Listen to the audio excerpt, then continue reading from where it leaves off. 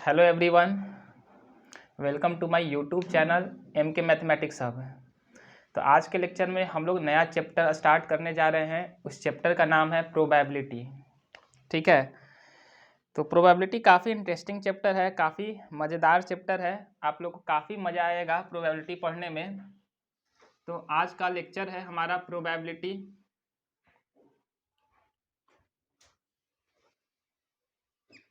ठीक है, तो प्रोबेबिलिटी से अच्छा वेटेज है बोर्ड में, और प्रोबेबिलिटी आप लोग को आगे आने वाले क्लास में भी काफ़ी हेल्पफुल होगा। जैसे कि क्लास 11th में जाओगे तो वहाँ भी प्रोबेबिलिटी पढ़ना है, 12th में जाओगे तो वहाँ भी प्रोबेबिलिटी पढ़ना है। इसके बाद इंजीनियरिंग में जाओगे, इंजीनियरिंग करोगे तो वहाँ भी इंजीनियरिंग मैथमेटिक्स में भी प्रोबेबिलिटी पढ़ना है। तो प्रोबेबिलिटी एक ऐसा चैप्टर है जो आपका पीछा छोड़ने वाला नहीं है। ठीक है, क्लास 9th से स्टार्ट होता है और फर्दर क्लास तक, फर्दर हायर क्लास तक। ठीक है, हम लोग हायर क्लास में भी प्रोबेबिलिटी को पढ़ते हैं। तो आइए देखते हैं, स्टार्ट करते हैं आज का लेक्चर अपना प्रोबेबिलिटी पर। देखते हैं कि प्रोबेबिलिटी कहते किसको है। ठीक है, तो टॉपिक है हमारा प्रोबेबिलिटी। तो प्रोबेबिलिटी मतलब प्रोबेबिलिटी होता क्या है। ठीक है, प्रोबेबिलिटी होता क्या है। तो probability measures, it measures degree of certainty. It measures degree of certainty of the occurrence of event, of the occurrence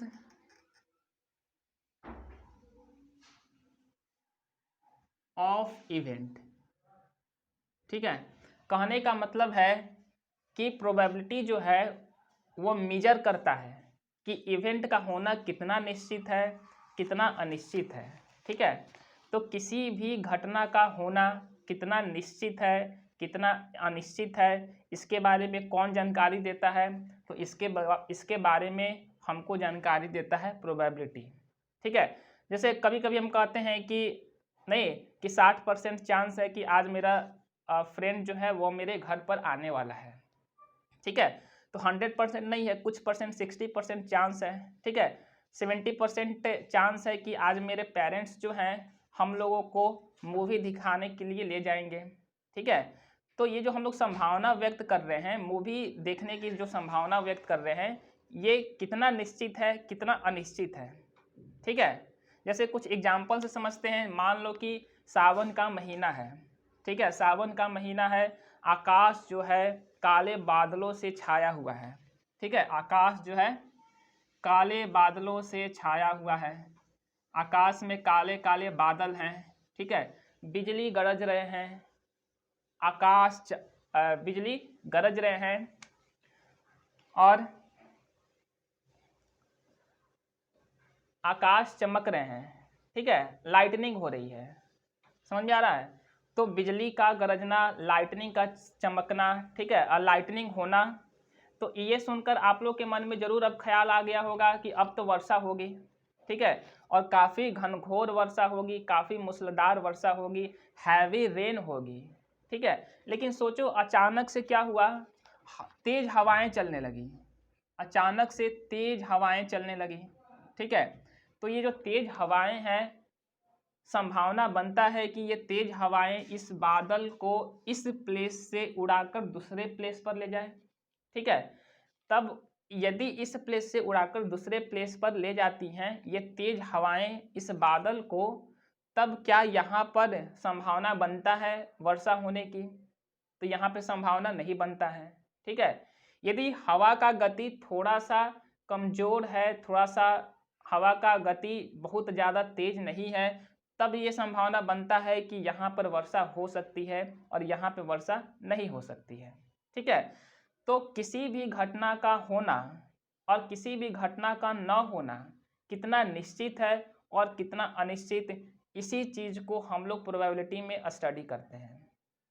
ठीक है, जैसे इस केस में वर्षा का होना कितना निश्चित है और वर्षा का न होना कितना निश्चित है, ये हम लोग को कौन बताएगा? प्रोबेबिलिटी बताएगा। ठीक है, कुछ लोग कहेंगे कि वर्षा होगी, 40% चांस है कि वर्षा हो सकती है। नहीं, कुछ लोग कहेंगे कि नहीं भाई 80% चांस है कि वर्षा होगी। और कुछ लोग तो ये भी कह देंगे कि नहीं वर्षा होगी ही। ठीक है, उनके अनुसार 100% चांस है कि वर्षा होगी। ठीक है, तो देखो यहाँ पे, और कुछ लोग यह भी कह सकते हैं कि वर्षा नहीं होगी। ठीक है, कुछ लोग यह भी कह सकते हैं कि वर्षा नहीं होगी। तो ये डिपेंड करता है कि ये जो हवाएं जो चल रही है, जो हवा चल रही है, उसका स्पीड कितना है, उसके ऊपर अब डिपेंड कर गया कि वर्षा होगी या वर्षा नहीं होगी। ठीक है, तो देखो हर सिचुएशन में, हर परिस्थिति में दो पहलू एग्जिस्ट करते हैं। जैसे हमारे प्रैक्टिकल लाइफ में भी दो पहलू एग्जिस्ट करते हैं। सुख है तो उसका कॉम्प्लीमेंट्री दुख भी होगा। ठीक है, जीवन है तो उसका कॉम्प्लीमेंट्री मरण भी होगा। आकाश है तो उसका कॉम्प्लीमेंट्री पाताल भी होगा। अंधेरा है तो उसका कॉम्प्लीमेंट्री उजाला भी होगा। दिन है तो उसका कॉम्प्लीमेंट्री रात भी होगा। उसी तरह से ठीक है, मान लो कि ई जो है इवेंट है होने का। ठीक है, ई क्या है? इवेंट होने का। यदि इवेंट होता है तो उसको हम ई से डिनोट करेंगे, और यदि इवेंट नहीं होता है तो उसको हम ई बार से डिनोट करेंगे। तो ये ई के ऊपर आप लोग को जो बार दिख रहा है, ठीक है, इसका मतलब है कि not occurrence of event, not occurrence of event, not occurrence of event. ठीक है, और ई मतलब है अकरेंस ऑफ इवेंट, मतलब वर्षा मतलब घटना यदि घटता है तो उसको हम ई से डिनोट करेंगे, और घटना नहीं घटता है तो उसको हम ई नॉट से डिनोट करेंगे। ठीक है, ये क्या है? Occurrence of event.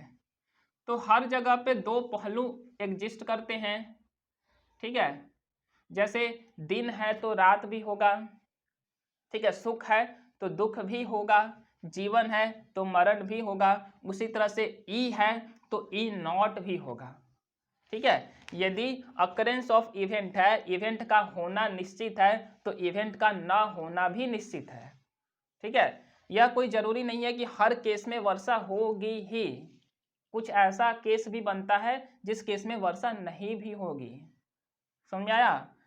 तो यदि ई है तो ई नॉट भी होगा। ठीक है, जैसे सुख है तो दुख भी होगा, दिन है तो रात भी होगा। उसी तरह से ई है, ठीक है, अकरेंस ऑफ इवेंट है तो नॉट अकरेंस ऑफ इवेंट भी होगा। तो ये दोनों एक दूसरे के कॉम्प्लीमेंट्री कहे जाते हैं, एक संपूरक कहे जाते हैं। ठीक है, कि एक के बिना दूसरा अधूरा है। जैसे स्त्री है तो पुरुष भी होंगे।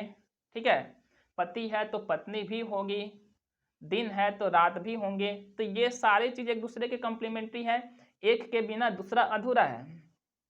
ठीक है, जैसे अच्छाई है तो बुराई भी होगी। तो अच्छाई का महत्व हमको कब समझ में आता है? जब कुछ बुराई एग्जिस्ट करे। मान लो कि कुछ बुराई है ही नहीं तो अच्छाई का तो कोई महत्व नहीं रह जाता है, क्योंकि हर जगह अच्छाई है, अच्छाई है, अच्छाई है। तो कहीं बुराई है ही नहीं तो फिर बुरे आदमी भी नहीं है, तो फिर अच्छाई का कोई मतलब नहीं रह जाता है। ठीक है, तो किसी एक का मतलब होने के लिए दूसरे का होना, दूसरे का कॉम्प्लीमेंट्री इवेंट का होना जरूरी है। यह नेचर का नियम है, यह नेचर का लॉ है। ठीक है, उसी तरह से यहाँ भी क्या है? इवेंट का होना और इवेंट का ना होना, यह भी एक दूसरे के कॉम्प्लीमेंट्री हैं। ठीक है, यदि वर्षा होती है तो हम लोग ई से डिनोट करेंगे, क्योंकि वर्षा हो रही है, घटना घट रही है।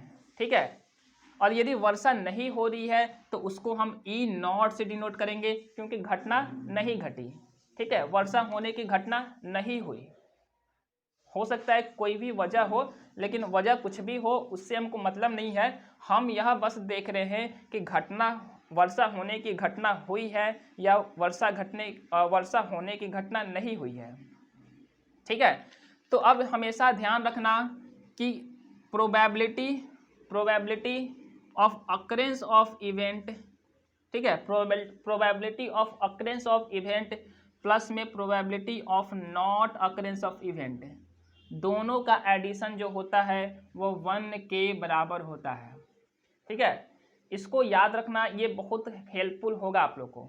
जैसे मान लो कि हम कह रहे हैं कि कोई कह रहा है, हम ही नहीं कोई कह रहा है। ठीक है, इस केस में ठीक है, जब हवाएं तेज चल रही हैं तो कोई कह रहा है कि जब हवाएं तेज नहीं चल रही थी तो लोग सोच रहे थे कि वर्षा होगी, नहीं, हमारे बड़े बुजुर्ग भी कह रहे थे कि अब तो पानी हुई, अब बहुत तेज पानी हुई, ठीक है, काफी मूसलाधार वर्षा होगी। लेकिन जैसे ही हवा तेजी से चलने लगी तो अब कुछ अनुमान लगाना शुरू कर दिए कि नहीं, अब 100% चांस नहीं है, अब तो 60% चांस लगता है कि वर्षा होगी, ठीक है। अब कुछ लोग दूसरा चीज भी अनुमान लगाने लग रहे हैं कि नहीं भाई, हम मेरे अनुसार तो 40% चांस है कि वर्षा होगी, ठीक है। तो ये जो 60% चांस है वर्षा होगी, 40% चांस है वर्षा नहीं होगी, ठीक है। तो कोई लोग कह रहे हैं कि 60% चांस है कि वर्षा होगी, तो वर्षा होगी मतलब ई अकरेंस ऑफ इवेंट, नहीं, वर्षा होने की जो घटना है उसका संभावना लोग कितना व्यक्त कर रहे हैं, तो 60% व्यक्त कर रहे हैं। तो 60% व्यक्त कर रहे हैं घटना होने की संभावना, वर्षा का घटना होने की संभावना कुछ लोग के अनुसार यदि 60% है तो उन्हीं लोगों के अनुसार वर्षा न होने की घटना की संभावना कितनी है, ठीक है। तो ये हम कैसे कैसे फाइंड करेंगे, तो 100%, क्योंकि टोटल जो होता है वो 100% होता है, तो 100% में से यदि 60% को घटा दिया जाए तो जो अमाउंट मिलेगा 40%, यह है संभावना वर्षा न होने की घटना का, ठीक है। तो जैसे यहाँ पे देख लो, मेरे पास ई क्या है, occurrence of event, probability of occurrence of event plus में probability of not occurrence of event is equal to 1, ठीक है। तो 1 क्यों लिए हम यहाँ पे, 100 क्यों नहीं लिए, क्योंकि लोग यहाँ पे जो अनुमान लगाते हैं ना वो परसेंटेज में अनुमान लगाते हैं। जैसे हम कह रहे हैं कि जब हवाएं तेज नहीं चल रही थी तो कुछ लोग के अनुसार वर्षा होने की जो संभावना थी वो 100% थी, 100% थी। तो 100% मतलब कि ये जो परसेंट हटेगा तो डिनोमिनेटर में 100 तो आएगा ना, तो ये क्या आएगा, 1 आएगा। तो यदि 1 का यूज हम किए हुए हैं तो इसका मतलब यह है कि वो 100% को डिनोट कर रहा है, ठीक है। यदि कुछ लोग कह रहे हैं कि संभावना है वर्षा होने की 60%, तो ये जो 60% है वो 1 से कम है, क्योंकि आप 60% को लिखोगे 60 अपॉन में 100, ठीक है। तो यहाँ पे आ जाता है 0.6, और 0.6 क्या है, लेस देन 1 है, ठीक है। तो इसीलिए हम यहाँ पे जो यूज किए हैं 1, वो परसेंटेज में यूज नहीं कर रहे हैं, ठीक है, वो न्यूमेरिकल वैल्यू लिख रहे हैं, इसलिए 1 लिखे हुए हैं। तो हमेशा अब याद रखना कि probability of occurrence of event, किसी भी इवेंट के होने का प्रोबेबिलिटी, ई मतलब अकरेंस ऑफ इवेंट, पी मतलब प्रोबेबिलिटी, तो किसी भी इवेंट के होने का प्रोबेबिलिटी और किसी भी इवेंट के ना होने का प्रोबेबिलिटी, दोनों का जो एडिशन होता है वह 1 के बराबर होता है। दोनों में से यदि हमको एक चीज गिवन है, ठीक है, जैसे हम कह रहे हैं कि वर्षा होने की संभावना 60% है, तो आप फाइंड करो कि वर्षा न होने की संभावना कितनी है। तो ये क्या है, ये ई है, अकरेंस ऑफ इवेंट के बारे में बोल रहा है व्यक्ति, जो भी पर्सन बोल रहा है कि वर्षा होने की जो संभावना है वो 60% है, तो ये अकरेंस ऑफ इवेंट के बारे में वो बोल रहा है, ठीक है। वर्षा होने की संभावना मतलब इवेंट का होना, ठीक है, तो इवेंट का होना 60% है, मतलब आप लोग को ई का वैल्यू पता है, तो यह परसेंटेज में है, तो इसको वैल्यू में, इसको न्यूमेरिकल वैल्यू में कन्वर्ट करते हैं, ठीक है। तो परसेंटेज की जगह पे क्या करेंगे, 100 लिखेंगे, और ये क्या मिल जाएगा, 0.6। तो पर्सन के अनुसार, व्यक्ति के अनुसार, ठीक है, इवेंट के होने का प्रोबेबिलिटी यदि 0.6 है तो वर्षा न होने की संभावना कितनी है। यदि वर्षा होने की संभावना, ठीक है, 0.6 है, तो वर्षा न होने की संभावना कैसे फाइंड करेंगे, तो इसी में क्या करेंगे, पीई का वैल्यू हमको पता है 0.6, वर्षा होने की संभावना 0.6 है, तो वर्षा न होने की संभावना जो कि क्या है, नॉट अकरेंस ऑफ इवेंट से डिनोट किया गया है, ठीक है, इज इक्वल टू 1। तो यहाँ से निकाल लेंगे तो कितना निकलेगा हमको, तो probability of not occurrence of event जो होगा 1 माइनस 0.6 इज इक्वल टू कितना हो जाएगा, 0.4 हो जाएगा, ठीक है। तो हमेशा याद रखना कि पीई प्लस पी नॉट जो होता है वह 1 के बराबर होता है। यदि दोनों में से एक चीज़ हमको दिया हुआ है तो दूसरा हम फाइंड कर सकते हैं, ठीक है। कुछ लोगों के अनुसार यदि वर्षा न होने की संभावना, ठीक है, 30% है तो नॉट अकरेंस ऑफ इवेंट हो गया। तो वर्षा होने की संभावना हम यहाँ से निकाल लेंगे, ठीक है। तो दोनों में से एक चीज़ पता है तो हम दूसरे को फाइंड कर सकते हैं, ठीक है। तो यह है इवेंट और इस इवेंट का यह है कॉम्प्लीमेंट्री इवेंट है। तो इवेंट और कॉम्प्लीमेंट्री इवेंट दोनों के प्रोबेबिलिटी का एडिशन कितना होता है, 1 होता है। ये याद रखना कि एक इवेंट है तो दूसरा क्या है, ई नॉट को हम लोग कॉम्प्लीमेंट्री इवेंट के नाम से जानते हैं, ठीक है। तो अब देखो यहाँ पे इवेंट को हम लोग 3 कैटेगरी में डिवाइड कर सकते हैं, ठीक है।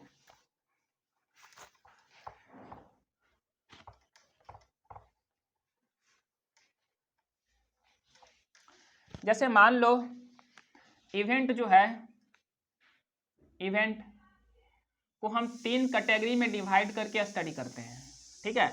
पहला कैटेगरी जो है वो है श्योर इवेंट, श्योर इवेंट। दूसरा कैटेगरी इवेंट का हो गया इम्पॉसिबल इवेंट, इम्पॉसिबल इवेंट। और तीसरा कैटेगरी हो गया इवेंट का मिडिल इवेंट, जो कि बुक में आप लोग को नहीं मिलेगा, ये हम खुद से बनाए हैं आप लोग को समझाने के लिए, ठीक है। Middle type event, middle type event, ठीक है। तो अब देखो श्योर इवेंट क्या होता है।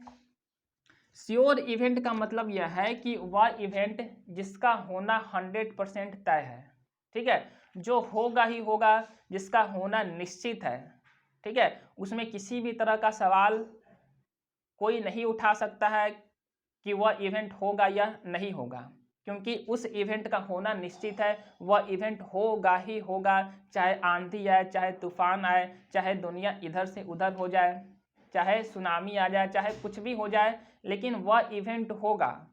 तो यदि कोई इवेंट का होना, यदि किसी इवेंट का होना निश्चित है, 100% निश्चित है, तो हम उस इवेंट को श्योर इवेंट के नाम से जानते हैं। जैसे एग्जाम्पल से समझो कि सूर्य का, सन का पूरब दिशा में निकलना, यह एक निश्चित घटना है, ठीक है।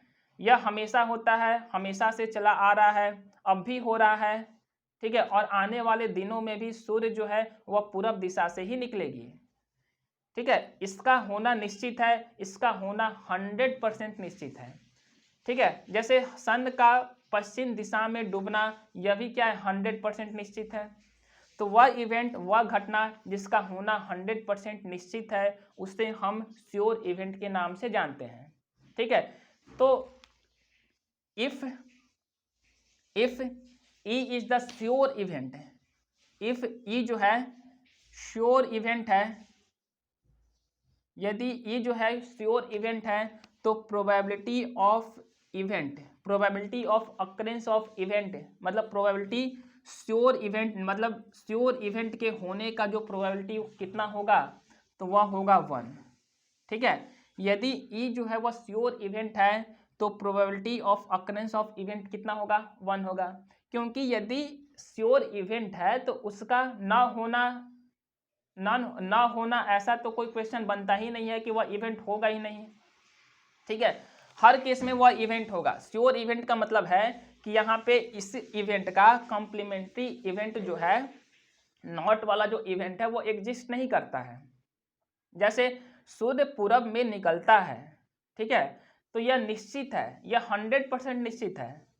तो सूर्य का पूरब में ना निकलने वाला जो घटना है वो एग्जिस्ट ही नहीं करता है इस दुनिया में, क्योंकि सूर्य का निकलना तय है पूरब दिशा से, ठीक है। तो इसीलिए इस केस में इस इवेंट का कॉम्प्लीमेंट्री इवेंट एग्जिस्ट नहीं करता है। इसीलिए यहाँ पे श्योर इवेंट का जो प्रोबेबिलिटी होगा वो ऑलवेज 1 होगा। तो हमेशा याद रखना कि आप लोग को यदि क्वेश्चन में श्योर इवेंट के बारे में जिक्र किया गया है तो श्योर इवेंट का जो प्रोबेबिलिटी होगा वो कितना लेना है, तो 1 लेना है। 1 क्यों लेना है, क्योंकि श्योर इवेंट का होना 100% निश्चित होता है। श्योर इवेंट का होना 100% निश्चित होता है। तो 100% को क्या लिखते हैं, 100/100, को रिमूव करेंगे तो डिनोमिनेटर में 100 आएगा और 100/100 मतलब 1, ठीक है। तो इसीलिए यदि मेरे पास कोई श्योर इवेंट है तो श्योर इवेंट का जो प्रोबेबिलिटी होगा वो 1 के बराबर हमको लेना है। अब आते हैं इम्पॉसिबल इवेंट।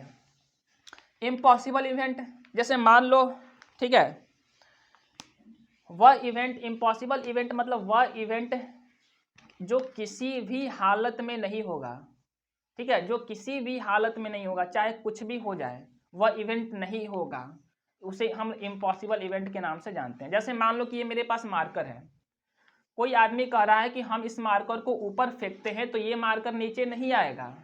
तो क्या ऐसा संभव है कि इस मार्कर को हम ऊपर फेंके तो यह मार्कर नीचे ना आए, इस मार्कर को हम ऊपर फेंके तो यह मार्कर नीचे ना आए? क्या ऐसा है संभावना? ऐसा लगता है आपको? तो आप लोग के अनुसार जवाब होगा बिल्कुल नहीं। ठीक है, ये तो 0% संभावना है। ठीक है, 0% संभावना है घटना न होने की। मार्कर के नीचे गिरने की जो घटना है, इस घटना का न होना, ठीक है, ये घटना बिल्कुल नहीं होगी, किसी भी हालत में नहीं होगी कि मार्कर को हम ऊपर फेंके तो मार्कर नीचे न गिरे। समझ में आ रहा है ना? तो मार्कर हर हालत में नीचे गिरेगा ही, क्योंकि इस मार्कर पर ग्रेविटेशनल फोर्स एग्जिस्ट कर रहा है। इस मार्कर पर ग्रेविटेशनल फोर्स, जिसको हिंदी में गुरुत्वाकर्षण बल कहते हैं, इस मार्कर पर गुरुत्वाकर्षण बल लग रहा है। ठीक है, तो इम्पॉसिबल इवेंट मतलब कि वह इवेंट जो किसी भी हालत में ना होगी। ठीक है, जैसे यदि कोई, हम इसको मार्कर को फेंके और कोई कहता है कि आप प्रोबेबिलिटी फाइंड करो इस मार्कर के नीचे ना गिरने का, तो प्रोबेबिलिटी तो 0 है, क्योंकि मार्कर तो हर हालत में यह गिरेगी ही गिरेगी नीचे। ठीक है, यह 100% निश्चित है कि जिस वस्तु को हम ऊपर फेंके हैं तो वो वस्तु नीचे भी गिरेगी। ठीक है, तो जो इवेंट, वह इवेंट जो किसी भी हालत में नहीं हो सकती, जिसका होने की संभावना 0% है, उस इवेंट को हम इम्पॉसिबल इवेंट के नाम से जानते हैं। जैसे अभी हम आप लोग को मार्कर के नीचे न गिरने की संभावना जो है वो क्या है, 0% है, क्योंकि मार्कर तो नीचे गिरेगी ही गिरेगी, किसी भी हालत में गिरेगी। ठीक है, तो हमेशा याद रखना कि यदि आप लोग को इम्पॉसिबल इवेंट दिया हुआ है, ठीक है, आप लोग को क्वेश्चन में इम्पॉसिबल इवेंट दिया हुआ है, तो probability of occurrence of event उस केस में क्या होगा, 0 होगा। यदि ई जो है, ई यहाँ पे क्या है, इम्पॉसिबल इवेंट है। यदि कोई इम्पॉसिबल इवेंट है, ठीक है, यदि कोई इम्पॉसिबल इवेंट है तो इम्पॉसिबल इवेंट का प्रोबेबिलिटी कितना होता है, तो 0 के बराबर होता है। यदि आप लोग को कोई श्योर इवेंट है दिया हुआ क्वेश्चन में, तो श्योर इवेंट का प्रोबेबिलिटी कितना होगा, तो 1 के बराबर होगा। ठीक है, तो इम्पॉसिबल इवेंट का प्रोबेबिलिटी 0 होगा और श्योर इवेंट का प्रोबेबिलिटी कितना होगा, 1 होगा। अब देखो, कुछ ऐसे भी घटना होती हैं, ठीक है, जो ना तो श्योर होती हैं, ठीक है, उसका 100% चांस नहीं है कि वह इवेंट, वह घटना होगी ही होगी, और यह भी चांस नहीं है कि वह घटना नहीं भी होगी। जैसे अभी हम बादल वाला आप लोग को एग्जाम्पल दिए थे, ठीक है, बादल वाला एग्जाम्पल हम दिए थे। ठीक है, तो संभावना यहाँ पर बिल्कुल ऐसा तो संभावना नहीं है कि वर्षा होगी ही नहीं होगी। मान लो कि तेज हवाएं चल रही हैं, तेज हवाएं चल रही हैं, तो हो सकता है कि पानी, हो सकता है कि बादल में काफ़ी अमाउंट हो पानी का और वर्षा हो जाए। यह भी हो सकता है कि पानी का अमाउंट बादल में थोड़ा सा कम हो, तब तक वर्षा होने से पहले ये हवाएं जो है बादल को इस स्थान से उड़ाकर दूसरे स्थान पर लेकर चली जाए। ठीक है, तो दोनों संभावना है यहाँ पे, वर्षा होने की संभावना भी है और वर्षा न होने की संभावना भी है। ठीक है, तो यदि घटना का 100% होना और न होना, ठीक है, निश्चित नहीं है, ठीक है, घटना का होना न होना 100% निश्चित नहीं है, तब उस इवेंट को मेरे अनुसार मिडिल टाइप इवेंट में उसको डाला गया है। ठीक है, तो इस केस में मान लो कि कोई इवेंट जो है वो मिडिल टाइप इवेंट है, तो उस केस में उस इवेंट का प्रोबेबिलिटी जो होगा वह लेस देन 1 होगा बट ग्रेटर देन 0 होगा। ठीक है, यदि कोई इवेंट मिडिल टाइप इवेंट है, कहने का मतलब है कि हम कुछ नहीं कह सकते कि वह घटना 100% होगी ही, और हम यह भी नहीं कह सकते कि 100% वो घटना नहीं भी होगी। ठीक है, तो हम कुछ नहीं कह सकते हैं, मतलब घटना हो भी सकती है और घटना नहीं भी हो सकती है, दोनों की संभावना बनी है वहाँ पर। ठीक है, दोनों की संभावना बनी हुई है वहाँ पर, तो उसको हम मिडिल टाइप इवेंट में रखते हैं। जैसे हम यहाँ पर बादल वाला एग्जाम्पल आप लोग को दिए, तो मिडिल टाइप इवेंट है हमारे पास, तो मिडिल टाइप इवेंट का प्रोबेबिलिटी कितना होगा, तो 1 से कम होगा। ठीक है, क्यों 1 से कम क्यों होगा, क्योंकि 100% तो तय नहीं है कि वर्षा होगी ही होगी, वर्षा नहीं भी हो सकती है।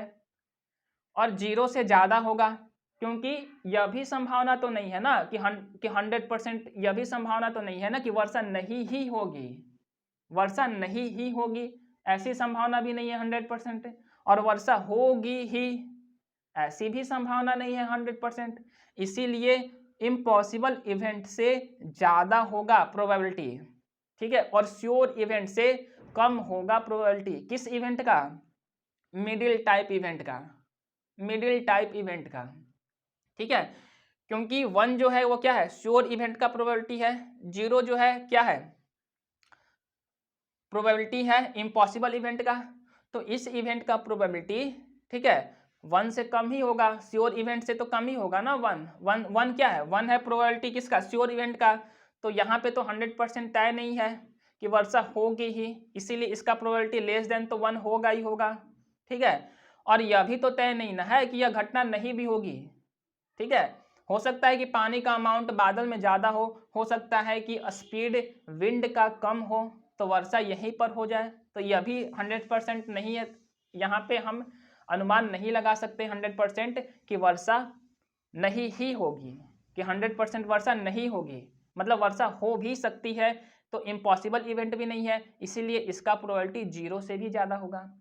तो यदि कोई मिडिल टाइप इवेंट है तो उसका प्रोबेबिलिटी हमेशा याद रखना, किसी भी इवेंट का प्रोबेबिलिटी हमेशा क्या होता है, लेस देन 1 होता है, बट ग्रेटर देन 0 होता है। यदि 1 हो जाता है किसी कारणवश, तो समझ लेना कि वह जो इवेंट है वह श्योर इवेंट है, जिसका होना निश्चित है, उसको ब्रह्मदेव भी नहीं रोक सकते हैं। ठीक है, ब्रह्मा विष्णु महेश तीनों मिलकर उस इवेंट को होने से नहीं रोक सकते हैं, उसका होना 100% निश्चित है। ठीक है, यदि किसी भी इवेंट का प्रोबेबिलिटी 0 है तो 100% न होने का, ठीक है, वो 100% जो है किसी भी परिस्थिति में वह इवेंट नहीं होगी। ठीक है, यह तय है, यह 100% तय है कि वह इवेंट नहीं होगी। ठीक है, तो उसी को कहेंगे इम्पॉसिबल इवेंट। समझ आया। तो अभी हम आप लोग को बताए हैं कि प्रोबेबिलिटी कहते किसको हैं। ठीक है, प्रोबेबिलिटी में हम आप लोग को बताए हैं कि कोई इवेंट और उसका कम्प्लीमेंट्री इवेंट दोनों के प्रोबेबिलिटी का एडिशन 1 के बराबर होता है, जिसको PE + PE नॉट = 1 लिखते हैं। ठीक है, अभी हम बताएं इवेंट को हम 3 कैटेगरी में डिवाइड कर दिए हैं। ये डिवीजन मेरे अनुसार किया गया है आप लोग को ईजी वे में समझाने के लिए। एक इवेंट है श्योर इवेंट। ठीक है, यदि श्योर इवेंट है हमारे पास तो श्योर इवेंट का प्रोबेबिलिटी आप लोग को याद रखना है कि 1 के बराबर होगा, क्योंकि उसका होना 100% निश्चित है। ठीक है, यदि इवेंट इम्पॉसिबल है तो उसका प्रोबेबिलिटी होगा 0%, 0 होगा। ठीक है, क्योंकि उसका न होना निश्चित है। ठीक है, यदि कोई मिडिल टाइप इवेंट है तो उसका प्रोबेबिलिटी हमेशा less than 1 but greater than 0 से, बट 0 से ज़्यादा होता है। 1 से कम होगा और 0 से क्या होगा, ज़्यादा होगा।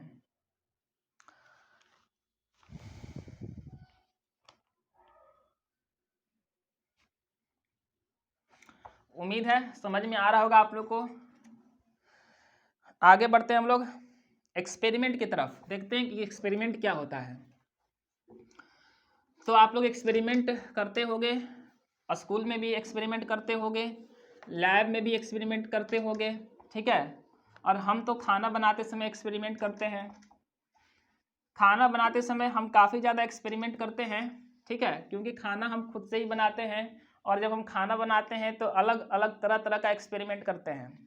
कैसा कैसा, तो उसमें अलग अलग तरह का सब्जी वेजिटेबल डालते हैं, उसको अलग अलग तरीके से पकाने का प्रयास करते हैं ताकि वह नया डिश बनकर तैयार हो जाए। ठीक है, तो हर जगह एक्सपेरिमेंट होता है। यदि हम कोई नया चीज़ करने जा रहे हैं तो वह एक्सपेरिमेंट ही है। ठीक है, आप लोग लैब में कुछ कर रहे हो तो वह भी एक एक्सपेरिमेंट है। ठीक है, सोडियम को आप लोग ऑक्सीजन के प्रेजेंस में उसको जला रहे हो, बर्न कर रहे हो, तो वह भी एक एक्सपेरिमेंट है। ठीक है, तो एक्सपेरिमेंट होता है तो उसका रिजल्ट भी होता है। यदि एक्सपेरिमेंट होगा तो उसका रिजल्ट क्या होगा, कुछ ना कुछ तो आएगा, और वो रिजल्ट आप लोग को पता होता है, वह रिजल्ट आप लोग को पता होता है।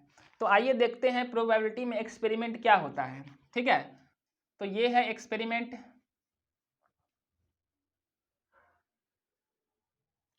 तो यहाँ पे हम लोग दो चीज़ों के बारे में डिस्कस करेंगे, एक है एक्सपेरिमेंट, दूसरा है random experiment. Random experiment,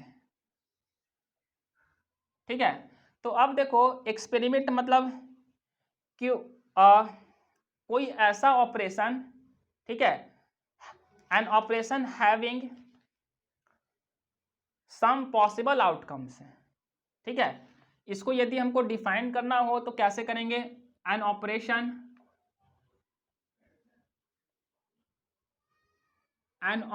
having some possible outcomes,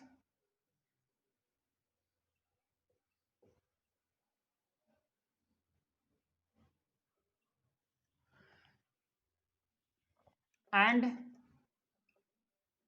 here exact outcomes can be predicted. ठीक है, here exact outcome can be predicted. ठीक है, जैसे मान लो कि यदि हम कोई ऑपरेशन किए, ठीक है, तो हम यह तय है कि कुछ ना कुछ हमको मिलेगा, और क्या मिलेगा यह भी हमको पता है। ठीक है, जैसे आप लोग सोडियम को आप लोग यदि प्रैक्टिकल करते होगे लैब में, तो यह भी एक एक्सपेरिमेंट किए होंगे कि सोडियम को जलाए होगे। ठीक है, या सोडियम को, ठीक है, सोडियम को पानी में भी आप लोग डाल दोगे तो पानी में आग लग जाता है, यह भी एक एक्सपेरिमेंट किए होंगे, ऐसा हम मानकर चल रहे हैं। ठीक है, तो यदि आप सोडियम को पानी में डालते हो तो आप लोग को पहले से पता है कि कुछ ना कुछ हमको आउटकम्स मिलेगा। क्या आउटकम्स मिलेगा यहाँ पर, तो पानी में आग लग जाएगा। ठीक है, ये आउटकम्स हमको मिलेगा।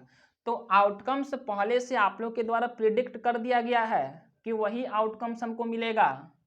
ठीक है, कि हम सोडियम को पानी में डालते हैं तो पानी में आग लग जाएगा। ठीक है, यहाँ पर संभावना क्या है, an operation having some possible outcomes, मतलब कहने का मतलब यदि कोई हम ऑपरेशन करते हैं तो कुछ ना कुछ हमको रिजल्ट मिलता है, और वो जो भी रिजल्ट मिलता है वो हमको पहले से पता है, पूर्वानुमान है, पहले से हम अनुमान लगा चुके हैं कि यदि यह ऑपरेशन हम करेंगे तो हमको यही रिजल्ट मिलेगा। यदि आप हाइड्रोजन को ऑक्सीजन से जलाते हो, ठीक है, यदि आप लोग हाइड्रोजन को, ठीक है, ऑक्सीजन में जलाते हो 2:1 में, ठीक है, बाई मास, और बाई मास नहीं, बाई एटम्स, ठीक है, एटम्स के रेशियो में यदि आप 2:1 में हाइड्रोजन और ऑक्सीजन को जलाते हो तो आप लोग को पहले से पता है, ठीक है, आप लोग प्रिडिक्ट कर चुके हो कि हमको वाटर ही मिलेगा। ठीक है, हमको वाटर ही मिलेगा, समझ में आया ना। तो उस इवेंट को हम एक्सपेरिमेंट कहते हैं। यहाँ पे यदि हम हाइड्रोजन को ऑक्सीजन के प्रेजेंस में बर्न किए हैं तो यह हम एक्सपेरिमेंट किए हैं। ठीक है, क्योंकि हम को कुछ ना कुछ रिजल्ट मिलेगा। क्या रिजल्ट मिलेगा, तो पानी मिलेगा, और यह जो रिजल्ट है पानी मिलने का, जो रिजल्ट है ये हमको पहले से पता है। ठीक है, जैसे मान लो कि यह मेरे पास मार्कर है, यह मेरे पास मार्कर है, यदि हम काफ़ी फोर्स से इसको ऐसे कर्व करें तो हमको पता है, रिजल्ट पता है, क्या होगा, टूट जाएगा। क्या होगा, टूट जाएगा। तो हम यहाँ पे ऑपरेशन कर रहे हैं, ऑपरेशन क्या कर रहे हैं, तो हम इधर से भी फोर्स लगा रहे हैं, इधर से भी फोर्स लगा रहे हैं, और इधर से भी फोर्स लगा रहे हैं। तो ये जो हम ऑपरेशन कर रहे हैं दोनों तरफ से फोर्स लगाने का, ठीक है, इसका रिजल्ट हमको पता है, क्योंकि हम फोर्स इतना ज़्यादा लगा रहे हैं कि यह मार्कर जो है वो टूट जाएगा। इसका रिजल्ट हमको पता है कि मार्कर टूट जाएगा। और इसका रिजल्ट हमको पहले से पता है, ठीक है, कुछ ना कुछ हमको आउटकम्स मिल रहा है, सम पॉसिबल आउटकम्स। यदि हम कोई ऑपरेशन करते हैं तो हमको कुछ पॉसिबल आउटकम्स मिलता है, कहने का मतलब है कुछ रिजल्ट हमको मिलता है, और वह रिजल्ट पहले से पूर्वानुमान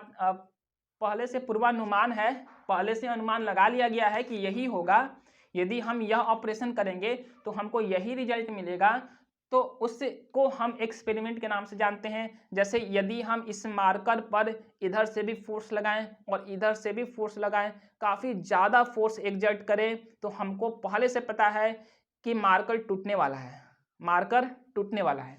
तो यह हम क्या कर रहे हैं, हम एक एक्सपेरिमेंट कर रहे हैं, ठीक है, हम एक एक्सपेरिमेंट कर रहे हैं। लेकिन प्रोबेबिलिटी में हमको एक्सपेरिमेंट से कोई लेना देना नहीं है, प्रोबेबिलिटी में हमको रैंडम एक्सपेरिमेंट से लेना देना है। तो आइए अब देखते हैं कि रैंडम एक्सपेरिमेंट किसको कहते हैं, ठीक है। तो रैंडम एक्सपेरिमेंट मतलब an operation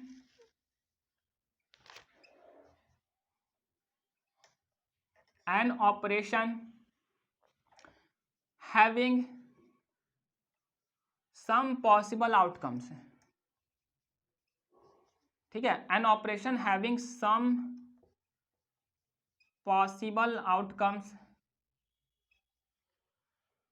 and here exact outcomes cannot be predicted, and here exact outcomes cannot be predicted,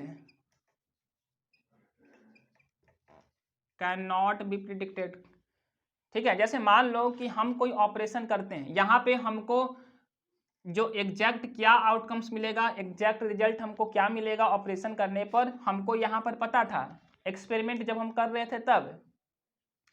लेकिन जब हम रैंडम एक्सपेरिमेंट करते हैं ना, तो हमको यह तो पता है कि कुछ ना कुछ आउटकम्स मिलेगा, कुछ ना कुछ रिजल्ट मिलेगा, लेकिन हमको यह नहीं पता है कि वो रिजल्ट क्या मिलेगा, ठीक है। तो जब ऑपरेशन करने पर हमको यह पता रहे कि कुछ ना कुछ रिजल्ट मिलेगा, कुछ ना कुछ आउटकम्स मिलेगा, लेकिन आउटकम्स क्या मिलेगा यदि हमको नहीं पता है, तो उसे हम रैंडम एक्सपेरिमेंट के नाम से जानते हैं। जैसे मान लो कि हम एक कॉइन को टॉस किए,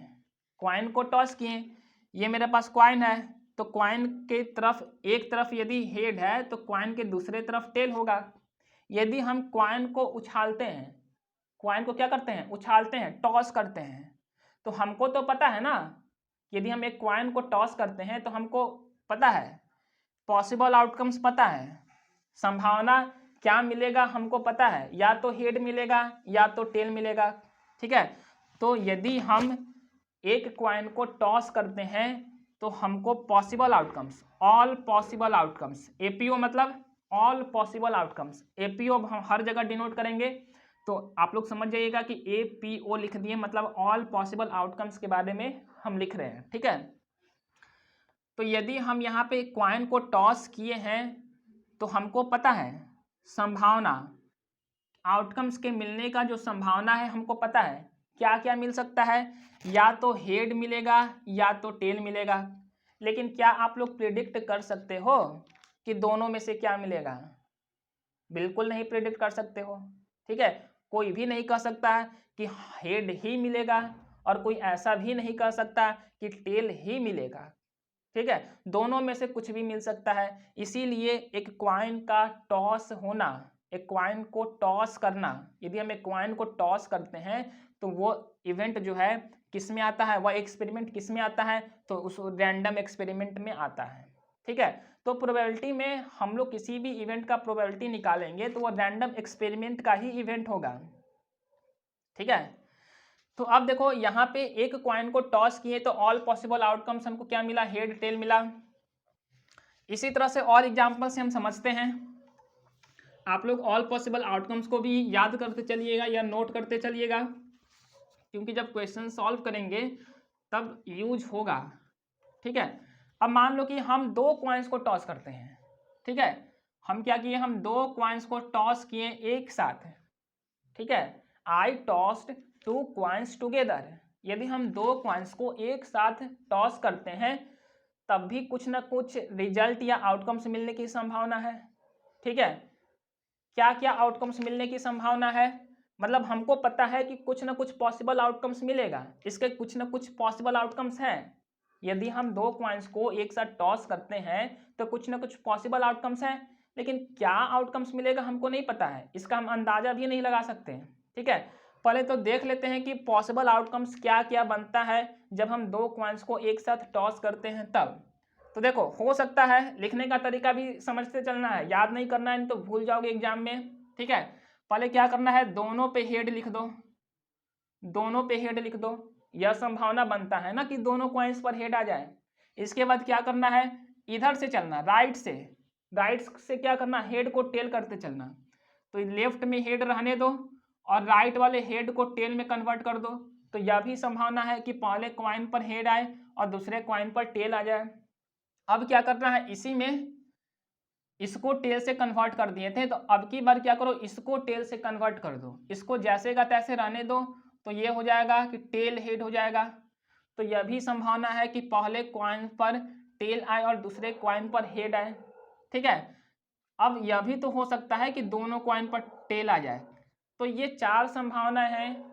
ठीक है, चार पॉसिबल आउटकम्स हैं कब, जब हम दो कॉइन्स को एक साथ टॉस करते हैं तब। ठीक है, हो सकता है कि दोनों कॉइन पर हेड आ जाए, पहले कॉइन पर भी हेड आए, दूसरे कॉइन पर भी हेड आए। यह भी हो सकता है कि पहले कॉइन पर हेड और दूसरे कॉइन पर टेल आ जाए। यह भी हो सकता है कि पहले कॉइन पर टेल और दूसरे कॉइन पर हेड आ जाए। और यह भी हो सकता है कि पहले कॉइन पर टेल और दूसरे कॉइन पर टेल आ जाए। ठीक है, तो ये पॉसिबल आउटकम्स हैं। ठीक है, तो यदि हम दो कॉइन्स को एक साथ टॉस किए तो हमको ऑल पॉसिबल आउटकम्स क्या क्या मिला, ए पी ओ क्या मिला, हमको ए पी ओ मिल गया हेड हेड, या तो हेड हेड मिल सकता है, या तो हमको हेड टेल मिल सकता है, या तो हमको टेल हेड मिल सकता है, या तो हमको टेल टेल मिल सकता है। यही चार संभावनाएं हैं, यही ऑल पॉसिबल आउटकम्स है। इसके अलावा कोई दूसरा आउटकम्स नहीं है जो हमको मिलेगा जब हम दो कॉइन्स को एक साथ टॉस करेंगे तब।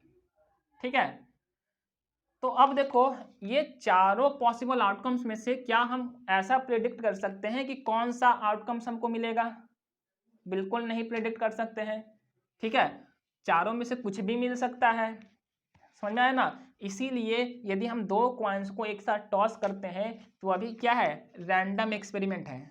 ठीक है, रैंडम एक्सपेरिमेंट मतलब कि हमको यह तो पता है कि हम कोई एक्सपेरिमेंट करते हैं तो कुछ ना कुछ हमको आउटकम्स मिलेगा, लेकिन हमको क्या आउटकम्स मिलेगा इसको हम प्रेडिक्ट नहीं कर सकते हैं।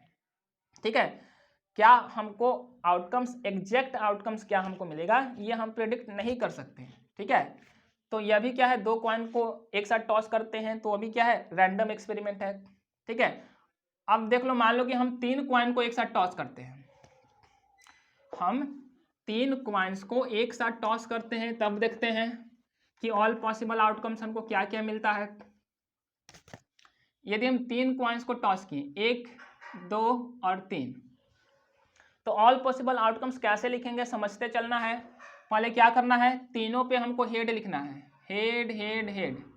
फिर क्या करना है, हेड को टेल में कन्वर्ट करना है, जैसे प्रीवियस वाला 2 कॉइन्स वाला में किए थे। ठीक है, एगो राइट से एगो हेड को टेल में किए थे, फिर लेफ्ट वाले हेड को टेल में कन्वर्ट किए थे। तो यहाँ भी क्या करेंगे, सबसे राइट वाले हेड को क्या करेंगे, टेल में कन्वर्ट कर देंगे, बाकी दो लोगों को छोड़ देंगे जैसे का तैसे। तो इसको टेल में कर दिए, अब की में इसको टेल में करेंगे, इसको टेल में करेंगे, और अब की में क्या करेंगे, इसको टेल में करेंगे। ठीक है, तो जब हम हेड लिखें तो हम चार को इस तरह के बना लिए कि हमको क्या क्या आउटकम्स मिलेगा। अब क्या करो, तीनों पे टेल कर दो, तीनों पे क्या करो, टेल कर दो। अब टेल को हेड में कन्वर्ट करते चलो, एक बार इस टेल को हेड में कन्वर्ट कर दो, इसको जैसे का तैसे रहने दो। अब क्या करो, इसको हेड में कन्वर्ट कर दो, इसको जैसे का तैसे रहने दो। ठीक है, और अब की में क्या करो, इसको हेड में कन्वर्ट कर दो, इसको जैसे का तैसे रहने दो। ठीक है, तो अब देखो यहाँ पे यदि हम तीन कॉइन्स को टॉस किए तो ऑल पॉसिबल आउटकम्स मतलब क्या क्या हमको मिल सकता है, क्या क्या मिलने की संभावना है। तो हो सकता है कि तीनों कॉइन पर हेड मिल जाए, हो सकता है कि पहला और दूसरा कॉइन पर हेड मिले और तीसरा कॉइन पर टेल मिले, या भी हो सकता है कि पहला कॉइन पर हेड, दूसरा पे टेल और तीसरा पे हेड मिले, पहला पे टेल, दूसरा पे हेड, तीसरा पे हेड मिले। हो सकता है कि तीनों पर टेल मिल जाए। ठीक है, मतलब ये संभावनाएं हैं, इसके अलावा अब कोई दूसरा संभावना नहीं है। जितने भी संभावना बन सकती थी वो हम लिख चुके हैं। तो यदि हम तीन कॉइन्स को एक साथ टॉस करते हैं तो ऑल पॉसिबल आउटकम्स हमको क्या क्या मिल सकता है? हमको मिल सकता है हेड हेड हेड, इसके बाद हमको मिल सकता है हेड हेड टेल, इसके बाद हमको मिल सकता है हेड टेल हेड, इसके बाद हमको मिल सकता है टेल हेड हेड। ठीक है, इसके बाद टेल टेल टेल, इसके बाद टेल टेल हेड, इसके बाद टेल हेड टेल, इसके बाद हेड टेल टेल। यही ऑल पॉसिबल आउटकम्स है। अब देखो ये जो ऑल पॉसिबल आउटकम्स है ना, उसमें से किसी इंडिविजुअली मतलब एक को कंसीडर कर लेंगे ना तो वह इवेंट है, वह इवेंट हो जाएगा। तो इवेंट को यदि हमको डिफाइन करना हो तो कैसे करेंगे इवेंट को डिफाइन? मतलब इंडिविजुअल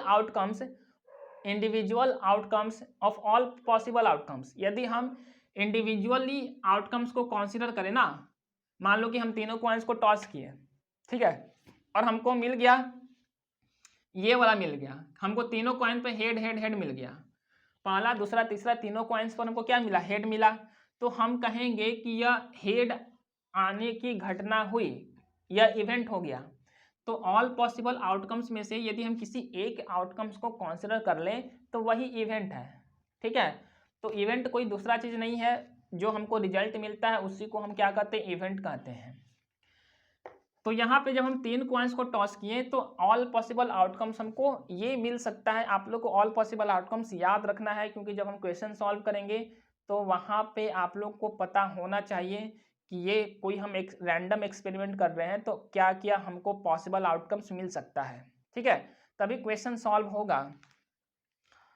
तो इसके अलावा क्या है, मान लो कि मेरे पास एक डाई है, तो कहीं कहीं आप लोग को डाई दिखता है बुक में, कहीं कहीं आप लोग को बुक में डाइस दिखता है, तो कंफ्यूज नहीं होना है। डाई जो है वो सिंगुलर है। डाई मतलब कि एक गो हम डाई को थ्रो कर रहे हैं, और डाइस मतलब कि हम दो गो को थ्रो कर रहे हैं, मतलब एक से ज़्यादा को थ्रो कर रहे हैं। तो ये प्लूरल हो जाता है, ये सिंगुलर हो जाता है। ठीक है, तो मान लो कि मेरे पास एक डाई है, एक डाई है हमारे पास। ठीक है, तो ये बाहर वाला तीन हमको दिख रहा है और अंदर वाला तीन जो है वो बोर्ड के पीछे है। ठीक है, तो मान लो कि यहाँ पे 1 है, यहाँ पे क्या है 2 है, यहाँ पे क्या है 3 है, 4 5 6 वाला क्या है बोर्ड के अंदर में है। ठीक है, अब देखो यदि हम एक डाई को थ्रो करते हैं तो क्या क्या हमको ऑल पॉसिबल आउटकम्स मिल सकता है? एपीओ क्या मिलेगा हमको? तो सभी को पता है, सभी लोग लूडो खेलते हैं, सभी लोग बता सकते हैं कि यदि हम एक डाई को थ्रो करते हैं तो हमको क्या क्या मिल सकता है। तो यहाँ पे संभावना है कि हमको 1 मिले, संभावना है कि 2 मिले, संभावना है कि 3 4 5 6। ठीक है, यही 6 संभावना है, इसके अलावा कोई और दूसरा संभावना नहीं है किसी भी आउटकम्स के मिलने का। तो यदि हम किसी भी डाई को थ्रो करते हैं तो ऑल पॉसिबल आउटकम्स यही है, या तो 1 मिलेगा, या तो 2 मिलेगा, या तो 3 मिलेगा, या तो 4 मिलेगा, या तो 5 मिलेगा, या तो 6 मिलेगा। ठीक है, तो अभी हम जितना आप लोग को बताएं हैं कि ऑल पॉसिबल आउटकम्स ये हम रैंडम एक्सपेरिमेंट करते हैं, तो आप लोग को ये सारे रैंडम एक्सपेरिमेंट का ऑल पॉसिबल आउटकम्स याद रखना है। ठीक है, क्वेश्चन जब करेंगे तो वहाँ यूज होने वाला है। अब मान लो कि हम 2 डाइस को थ्रो करते हैं, अब हम डाइस को थ्रो करते हैं, डाइस प्लूरल हो गया, मतलब हम 2 डाई को थ्रो कर रहे हैं। तो जब हम दो डाई को थ्रो करते हैं ना, ध्यान से देखो। ठीक है, अब हम क्या करते हैं, दो डाइस को, ठीक है, हम एक साथ थ्रो करते हैं। ठीक है, तो हमको क्या क्या मिलेगा ऑल पॉसिबल आउटकम्स, तो यह भी आप लोग को याद रखना है। ठीक है, हमको या तो 1 मिले 1 मिले, पहले क्या करेंगे, हम पहले वाला का 1 लेकर, ठीक है, लिखते चलेंगे। ये लिख रहे हैं फर्स्ट डाइस के लिए और ये है सेकेंड डाइस के लिए। पहला जो होगा वो फर्स्ट डाइस के लिए और दूसरा जो आएगा कॉमा के बाद वो सेकेंड डाइस के लिए। तो पहला वाला पहले डाइस पर 1 लिख दिए हैं। अब 1 को आगे लिखते चलेंगे, सेकेंड वाले डाइस के नंबर को बढ़ाएंगे, पहले वाले डाइस के नंबर को फिक्स रखेंगे। लिखने का तरीका है ताकि आप लोग को याद ना करना पड़ेगा, ठीक है। तो पहले वाले डाइस के नंबर को कांस्टेंट रखेंगे, दूसरे वाले डाइस के नंबर को, डाई के नंबर को हम बढ़ाएंगे। तो 1 लिख दिए हैं। अब 1 के बाद क्या करो, 2 लिख दो, इसको कांस्टेंट रखे हैं, ठीक है। इसके बाद क्या करो, 1,3 लिख दो। इसके बाद क्या करो, 1,4 लिख दो। इसके बाद क्या लिखो, 1,5 लिख दो। इसके बाद क्या करो, 1,6 लिख दो, ठीक है। अब क्या किए, सेकेंड रो में आते हैं। तो सेकेंड रो में जैसे ही आते हैं तब पहले वाले डाई का नंबर 1 से क्या करते हैं, बढ़ा के 2 कर देते हैं, ठीक है। और फिर क्या करते हैं, फिर सेकेंड वाले जो डाई का नंबर है फिर से 1 से स्टार्ट करेंगे, 2 3 4 5 6 तक जाएंगे, ठीक है। तो 1 पे आए, फिर क्या करते हैं, 2 पे जाते हैं, ये कांस्टेंट रहेगा, ठीक है। फिर क्या होता है, 3 पे जाते हैं, फिर क्या होता है, 4 पे जाते हैं, फिर क्या होता है, 5 पे जाते हैं, फिर क्या होता है, 6 पे जाते हैं, ठीक है। तो अब थर्ड रो में आते हैं। तो पहले वाले डाई का जो नंबर है वो 2 से बढ़ जाएगा, 1 से बढ़कर कितना हो जाएगा, 3 हो जाएगा। अब तो 3,1 हो जाएगा, 3,2 हो जाएगा, 3,3 हो जाएगा, 3,4 हो जाएगा, 3,5 हो जाएगा, 3,6 हो जाएगा, ठीक है। तो अब फोर्थ रो में आते हैं। तो 3 से बढ़कर क्या हो जाएगा, 4 लिख देना, 4,1, 4,2, 4,3, 4,4, 4,5, 4,6, ठीक है। फिर अगले रो में आते हैं तो क्या हो जाएगा, 5,1, 5,2, 5,3, 5,4, 5,5 और 5,6। फिर अगले रो में आएंगे तो क्या हो जाएगा, 6,1, 6,2, 6,3, 6,4, 6,5 और 6,6। तो इतने ही संभावनाएं हैं, इतनी सारी संभावनाएं हैं जब हम दो डाइस को एक साथ थ्रो करते हैं तब। पहला वाला जो नंबर मिल रहा है वो फर्स्ट डाई के लिए है, सेकेंड वाला जो नंबर मिल रहा है वह सेकेंड डाई के लिए है, ठीक है। लिखने का तरीका अब रटना नहीं है, बता चुके हैं, याद नहीं करना है, इसको समझ लेना है कि कैसे लिखना है हमको, ठीक है। तो अब यह भी याद रखना कि जब हम दो डाइस को एक साथ थ्रो करेंगे तो ऑल पॉसिबल आउटकम्स हमको क्या क्या मिलेगा। तो ऑल पॉसिबल आउटकम्स हमको इतना मिलेगा। यदि हम दो डाइस को एक साथ थ्रो किए तो ऑल पॉसिबल आउटकम्स हमको इतना मिलेगा, ठीक है। इसको भी याद रखना है। तो अभी हम जितने भी रैंडम एक्सपेरिमेंट के बारे में बताए हैं, ठीक है, उसके सभी ऑल पॉसिबल आउटकम्स को याद रखना है। अब देख लो, अब काफ़ी इंपॉर्टेंट चीज़ के बारे में डिस्कस करने जा रहे हैं जो वेरी वेरी इंपॉर्टेंट है। जैसे मान लो कि कोई हम एक्सपेरिमेंट किए हैं, ठीक है, कोई हम एक एक्सपेरिमेंट किए हैं, मान लो कि हम एक रैंडम एक्सपेरिमेंट किए हैं। अब एक्सपेरिमेंट की बात नहीं करना है, अब हमको रैंडम एक्सपेरिमेंट की बात करना है, ठीक है। क्योंकि प्रोबेबिलिटी में हम लोग रैंडम एक्सपेरिमेंट के बारे में ही डिस्कस करते हैं, ना कि एक्सपेरिमेंट के बारे में। एक्सपेरिमेंट में तो हमको पता ही होता है कि हमको यदि हम यह ऑपरेशन कर रहे हैं तो हमको यह रिजल्ट मिलेगा, तो फिर वहाँ पे संभावना व्यक्त करने की तो ज़रूरत ही नहीं है। वहाँ तो 100% तय है कि हाइड्रोजन को ऑक्सीजन में जलाएंगे 2:1 में तो हमको वाटर ही मिलेगा, ठीक है। इस मार्कर पर दोनों तरफ से फोर्स एग्जर्ट करेंगे, काफ़ी ज़्यादा फोर्स एग्जर्ट करेंगे तो ये मार्कर टूटेगा ही टूटेगा। तो ना टूटने की तो कोई संभावना है ही नहीं, तो इसका रिजल्ट तो हमको पता है, ठीक है। तो जिसका रिजल्ट हमको नहीं पता है उसको हम लोग प्रोबेबिलिटी में डिस्कस करते हैं। तो मान लो कि हम एक कॉइन को टॉस करते हैं। तो यदि हम कॉइन को टॉस करते हैं तो मेरे पास जितने भी पॉसिबल आउटकम्स हैं दो हैं, क्या है, एक हेड है दूसरा टेल है, और तो कोई पॉसिबल आउटकम है नहीं। यदि हम एक कॉइन को टॉस करते हैं या तो हमको हेड मिलेगा या तो टेल मिलेगा, ठीक है। तो क्या होता है, आप लोग को याद रखना है कि sum of probability of all possible outcomes, ठीक है, sum of probability of all possible outcomes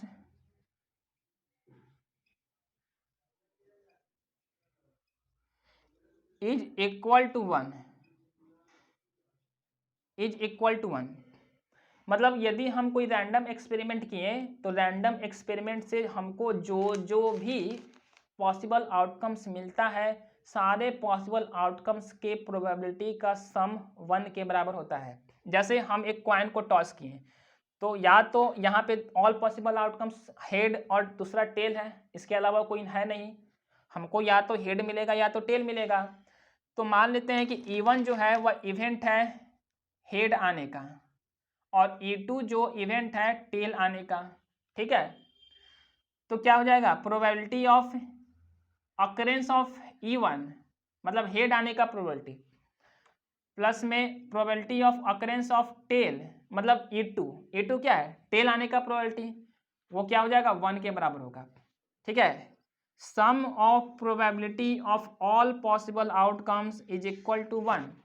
जितने भी यदि हम कोई रैंडम एक्सपेरिमेंट किए तो उस रैंडम एक्सपेरिमेंट से जो जो हमको ऑल पॉसिबल आउटकम्स मिलता है, सारे ऑल पॉसिबल आउटकम्स के प्रोबेबिलिटी का जो एडिशन होगा वो 1 के बराबर होगा, ठीक है। हम मान लो कि डाई को थ्रो किए तो हमको ऑल पॉसिबल आउटकम्स क्या मिला, 1 मिला, 2 मिला, 3 मिला, 4 मिला, 5 मिला, 6 मिला। यदि हम 1 के आने का प्रोबेबिलिटी प्लस में 2 के आने का प्रोबेबिलिटी प्लस में 3 के आने का प्रोबेबिलिटी, ठीक है, प्लस में 4 के आने का प्रोबेबिलिटी प्लस में 5 के आने का प्रोबेबिलिटी प्लस में 6 के आने का प्रोबेबिलिटी, कोई पूछता है तो कितना होगा, तो 1 के बराबर होगा, क्योंकि सारे पॉसिबल आउटकम्स के प्रोबेबिलिटी का एडिशन 1 होता है। ये हम क्वेश्चन में अप्लाई करेंगे, आप लोग को याद रखना है, ठीक है, काफ़ी इंपॉर्टेंट है। अब देखो, अब आज के लेक्चर का लास्ट टॉपिक रह गया है इक्वली लाइकली इवेंट के बारे में डिस्कस करते हैं। इक्वली लाइकली इवेंट क्या होता है?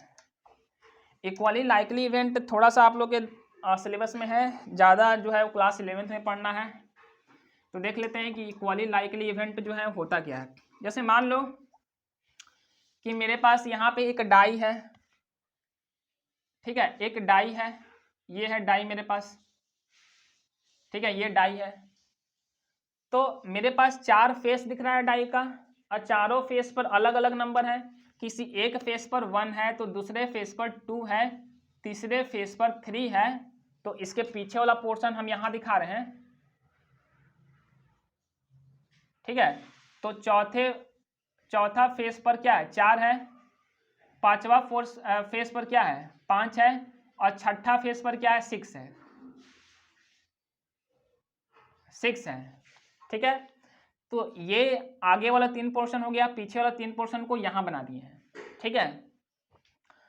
तो देखो डाई में क्या होता है, सारे फेस पर अलग अलग नंबर होते हैं। किसी एक पर 1 होता है तो दूसरे पे 2 नहीं 3 4 5 6 अलग अलग नंबर होते हैं। तो यहाँ पर 1 के आने का प्रोबेबिलिटी उतना ही है जितना 2 के आने की प्रोबेबिलिटी है, और 2 के आने की प्रोबेबिलिटी उतना ही है जितना 3 के आने की प्रोबेबिलिटी है, 3 के आने की प्रोबेबिलिटी उतना ही है जितना 4 के आने की प्रोबेबिलिटी है, 4 के आने की प्रोबेबिलिटी उतना ही है जितना 5 के आने की प्रोबेबिलिटी है, और 5 के आने की प्रोबेबिलिटी उतना ही है जितना 6 के आने की प्रोबेबिलिटी है। कब? जब हम एक डाई को थ्रो किए तब, ठीक है। कहने का मतलब है कि यदि हम एक डाई को थ्रो करते हैं तो किसी भी नंबर के आने का प्रोबेबिलिटी बराबर है, सारे नंबर के आने का प्रोबेबिलिटी बराबर है, चाहे 1 हो, चाहे 2 हो, चाहे 3 हो, चाहे 4 हो, चाहे 5 हो, चाहे 6 हो। ऐसा नहीं है कि हम एक डाई को थ्रो किए तो 6 के आने की संभावनाएं ज़्यादा हैं और 1 के आने की संभावनाएं सबसे कम है, ऐसा नहीं है। सारे नंबर की आने की संभावनाएं बराबर हैं। तो यदि सारे नंबर की आने की संभावनाएं बराबर हैं, ठीक है, तो हम क्या कहेंगे कि यह इक्वली लाइकली इवेंट है, ठीक है। क्या है? इक्वली लाइकली इवेंट है, इक्वली लाइकली इवेंट है, ठीक है। अब जैसे मान लो कि मेरे पास जो डाई था ना, यहाँ पे क्या है, 2 है, एक फेस को हम 4 से हटाकर यहाँ भी क्या करते हैं, 2 लिख देते हैं। मान लो कि मेरे पास एक ऐसा डाई है जिसके 2 फेस पर 2 है, एक 1 है ही नहीं, सॉरी मेरे पास क्या है, 4 है ही नहीं, ठीक है। एक फेस दो फेस पर क्या है, 2 है। अब हम उस डाई को थ्रो करते हैं तो क्या आपको लगता है कि 2 के आने की संभावनाएं 1 के आने की संभावना से ज़्यादा है? तो बिल्कुल ज़्यादा है, क्योंकि अब 2 फेस पर 2 आ गया।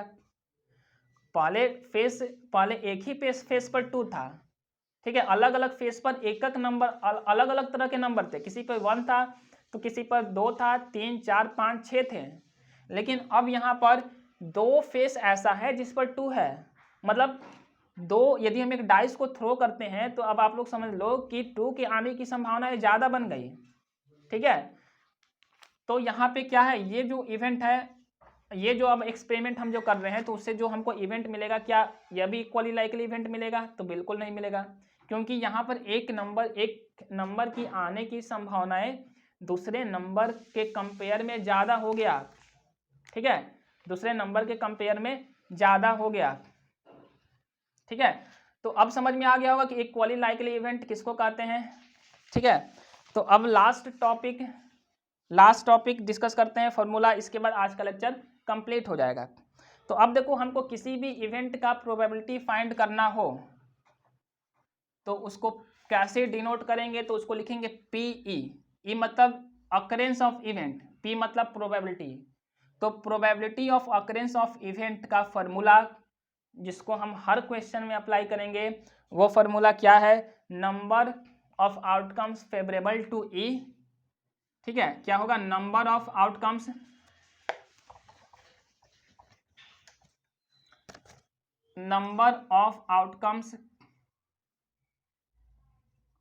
फेवरेबल टू E, ठीक है। Number of outcomes favourable to E upon में टोटल नंबर ऑफ